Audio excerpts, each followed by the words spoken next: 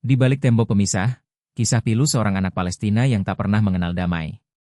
Namanya Ameer, usianya baru 10 tahun, tapi matanya telah menyimpan beban dunia. Ia lahir di sebuah kamp pengungsian di jalur Gaza, tempat yang lebih sering dihujani rudal daripada hujan. Dari kecil, suara dentuman dan sirine sudah jadi lagu tidur yang ia hafal. Ameer belum pernah melihat taman bermain yang utuh, atau sekolah yang berdiri tanpa lubang peluru. Ibunya selalu berkata bahwa dunia luar lebih damai, tapi Ameer belum pernah keluar dari balik tembok pemisah. Setiap hari, ia bermain di reruntuhan bangunan sambil memungut pecahan logam dan batu. Ayahnya hilang saat Ameer berusia 3 tahun, dibawa pasukan dan tak pernah kembali. Ameer hanya punya ibunya dan adiknya, Hana, yang masih bayi saat perang terakhir terjadi. Setiap pagi, Ameer akan bangun dari kasur tipis yang digelar di lantai rumah reot mereka. Rumah itu dulunya adalah toko roti, sebelum dibom dan dijadikan tempat tinggal darurat oleh keluarganya. Jendela-jendela ditutupi dengan kain sobek, dan angin malam selalu masuk membawa debu dan dingin. Ibunya selalu memeluk mereka sambil membaca doa-doa perlindungan. Saat matahari muncul, Ameer akan bergegas membawa kaleng kecil untuk mengambil air dari penampungan umum. Di perjalanan, ia sering melihat tank yang berpatroli di kejauhan, dan tentara yang berjaga di menara tinggi. Ia sudah terbiasa tak menatap langsung, karena tatapan bisa dianggap ancaman. Tapi dalam hatinya, Ameer selalu bertanya-tanya, apa salahnya menjadi anak kecil di tempat ini? Di balik tembok besar yang menjulang, Ameer tahu dunia yang berbeda sedang berjalan. Ia pernah melihat di televisi rusak yang dipinjam dari tetangga. Anak-anak di sana bersekolah, bersepeda, dan tertawa lepas di taman. "Mengapa kita berbeda, Ibu?" tanyanya suatu malam. Ibunya hanya tersenyum pilu dan mengelus rambutnya. "Karena kita lahir di tempat yang disebut mereka sebagai musuh." Jawaban itu tak pernah Ameer pahami sepenuhnya. Tapi ia tahu satu hal, menjadi anak Palestina berarti harus kuat, bahkan saat dunia mengabaikan tangisanmu. Kadang-kadang, ia berharap bisa melompati tembok itu, dan merasakan sejenak damai seperti yang ada di TV. Sekolah Ameer adalah bangunan tua yang nyaris roboh. Meja-mejanya patah, dan kursinya sudah tak seimbang. Buku-buku didonasikan dari negara lain, tapi banyak yang sudah usang dan sobek. Guru-guru mereka mengajar sambil terus memantau langit, takut suara pesawat berarti datangnya bom. Hari pertama sekolah tahun lalu dibatalkan karena serangan udara. Meski begitu, Ameer tetap semangat belajar, karena katanya pendidikan adalah satu-satunya jalan untuk bebas. Ia ingin menjadi dokter, agar bisa menyembuhkan luka orang-orang yang ia sayangi. Tapi setiap hari, mimpi itu digerus oleh kenyataan yang pahit dan penuh ketidakpastian. Suatu malam, saat listrik padam, Ameer duduk di teras rumah sambil menatap langit.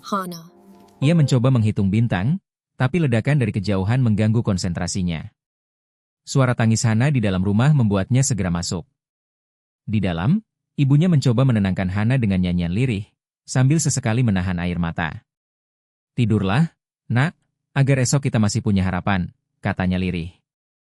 Ameer tak bisa tidur malam itu, karena ia mendengar kabar bahwa rumah sepupunya hancur. Sepupunya, Rami, yang biasa bermain layangan bersamanya, kini dinyatakan hilang. Dunia kecil Ameer kembali kehilangan satu cahaya. Ameer sering bermimpi tentang tempat hijau yang damai, penuh burung dan angin lembut.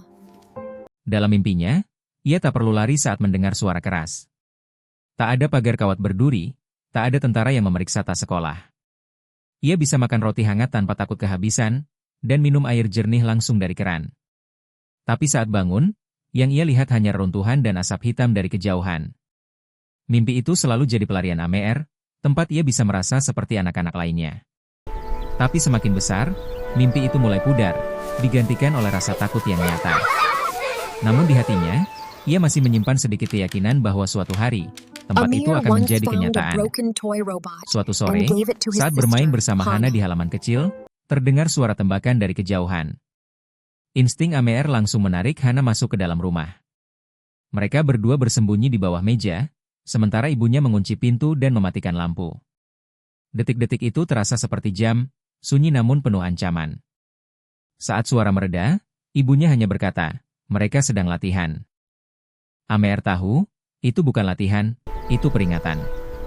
Tapi ia diam saja, karena sudah terlalu sering mengalami hal serupa.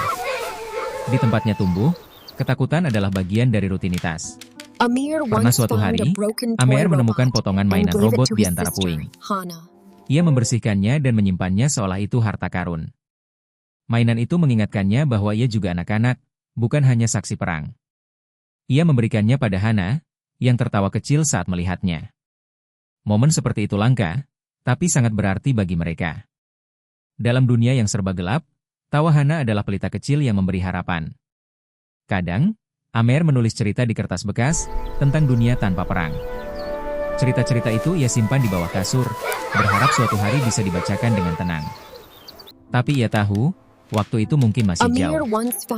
Amer punya teman bernama Yasin, anak dari blok sebelah. Mereka sering berbagi roti dan cerita di balik puing bangunan. Yasin pernah berkata, kalau kita bisa lulus sekolah, kita bisa keluar dari sini. Amer mengangguk, meski dalam hati ragu.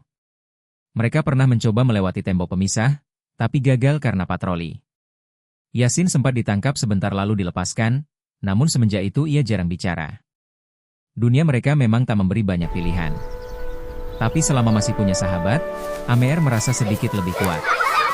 Saat bulan Ramadan tiba, suasana berubah sedikit lebih hangat. Tetangga saling berbagi makanan, meski sedikit. Amer dan ibunya selalu berbuka dengan kurma dan air, kadang nasi jika beruntung. Tak ada lentera indah atau pesta meriah, tapi ada rasa kebersamaan yang hangat. Mereka sholat berjamaah di ruangan sempit, diiringi suara pelan imam yang nyaris tenggelam oleh ledakan jauh. Amer selalu berdoa agar bisa merayakan Idul Fitri di tempat yang aman. Tapi tahun lalu, hari raya mereka justru diwarnai kabar duka dari daerah lain. Namun mereka tetap bersyukur, karena masih bisa berkumpul. Suatu hari, ada relawan dari luar negeri yang datang membawa bantuan. Mereka membawa obat, makanan, dan buku-buku cerita. Amer sangat senang saat menerima satu buku bergambar berjudul Dunia Tanpa Perang. Ia membaca buku itu berulang-ulang, seolah ingin masuk ke dalamnya. Ibunya pun berkata, "Lihat, nak, masih ada yang peduli." Hati Amer sedikit hangat, meski dunia di luar sana tetap dingin. Relawan itu mengajari mereka beberapa kata dalam bahasa Inggris, dan Amer belajar dengan cepat. Saat relawan pergi, Amer merasa seperti kehilangan keluarga baru. Tapi ia tetap menyimpan senyum mereka di ingatannya. Di malam hari, suara drone masih terdengar di langit. Amer sering berbaring sambil menatap langit, mencoba menebak dari mana suara itu datang.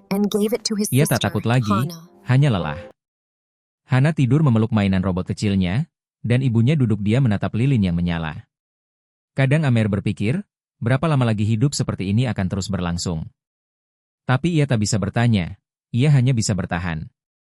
Dalam keheningan malam, Amer menulis satu kalimat di dinding rumah mereka, "Aku ingin damai." Itu adalah doanya, harapannya, dan teriakannya yang tak terdengar dunia. Suatu pagi, Amer mendapati sekolahnya tak lagi berdiri. Serangan malam sebelumnya menghancurkannya tanpa sisa. Ia hanya berdiri mematung, memeluk buku lusuh di tangannya. Guru mereka berkata, "Kita akan belajar di mana saja, bahkan di bawah pohon jika perlu." Kata-kata itu membuat Amer menangis diam-diam. Ia sadar, mimpi itu belum mati. Tapi dunia terus menguji seberapa kuat anak-anak sepertinya bisa bertahan. Ia pulang membawa debu di wajah, namun semangat di hatinya belum padam. Di antara kehancuran, Amer mulai dikenal sebagai anak yang pandai menulis. Cerita-ceritanya mulai dibacakan di kamp pengungsian. Anak-anak berkumpul mendengarkan, dan untuk sejenak, mereka semua lupa akan suara ledakan. Bahkan para ibu pun ikut tersenyum saat mendengarnya.